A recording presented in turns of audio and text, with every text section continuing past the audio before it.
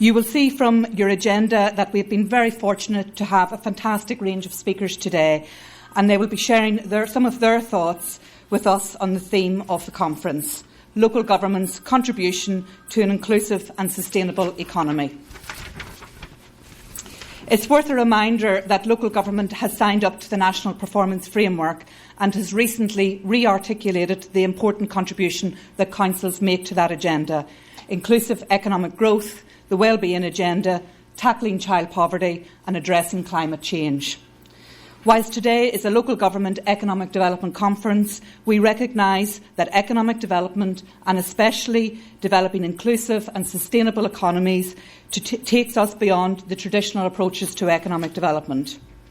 The focus of this year's annual SLAED conference is on inclusive and sustainable economies.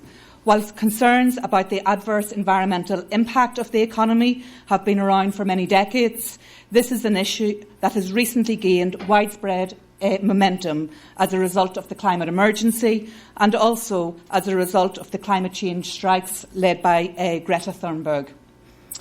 Similarly, there has been growing recognition of the importance of a fairer economy that delivers benefits for all of our citizens. The challenges for us in economic development is how we deliver on this. How do we achieve a competitive and viable economy that provides fair work for all and which doesn't mess up the planet? What are the trade-offs and what are the implications for the work that we do, the way we design and deliver programmes and the way that we measure success? As economic development professionals, what can we do to deliver on this hugely challenging agenda? We will hear later from a number of our speakers who will raise the range of challenges and opportunities for local government, and I expect that the wellbeing economy will be central to those discussions. Before we move on to our first speaker, just a little bit about SLAED. As you know, SLAED is the representative body for economic development professionals across the 32 Scottish local authorities. We published our refreshed strategic plan last July, and we undertook some further consultations around the implementation of the priority areas post-publication, and thank you all for your contribution to that work. We have 3 main strategic groups: people, place and business, and 4 thematic groups: EU funding, rural, tourism and performance, supporting the work of our strategic groups.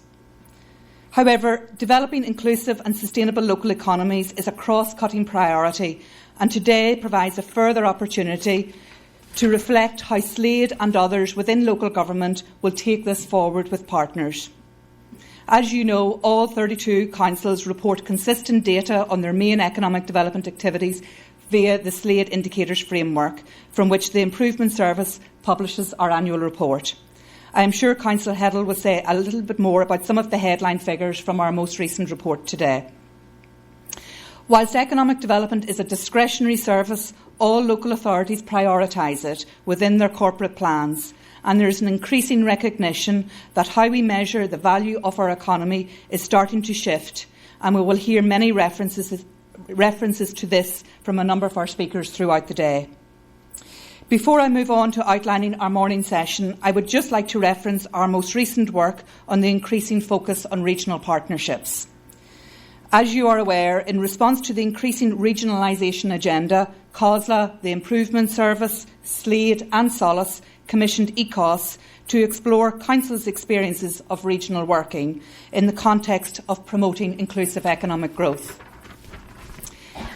It was recognised that a number of major developments were giving additional impetus to this trend, such as our city-region deals, our growth deals, alongside the recognition of the Scottish Government's Enterprise and Skills Review for the establishment of regional economic partnerships, and also Scottish Enterprise's new strategy, which promotes a greater focus on regional working.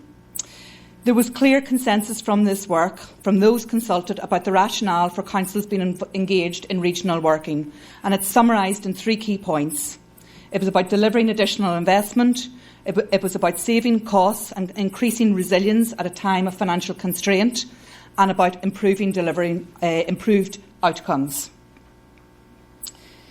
There will continue to be an ongoing policy development in this area, with incremental changes being implemented to support a better shared and common understanding of regional working, with emerging actions around clarifying the policy and approach of national agencies moving forward, questioning subsidiarity and devolved powers, and the collective leadership over policy and resources.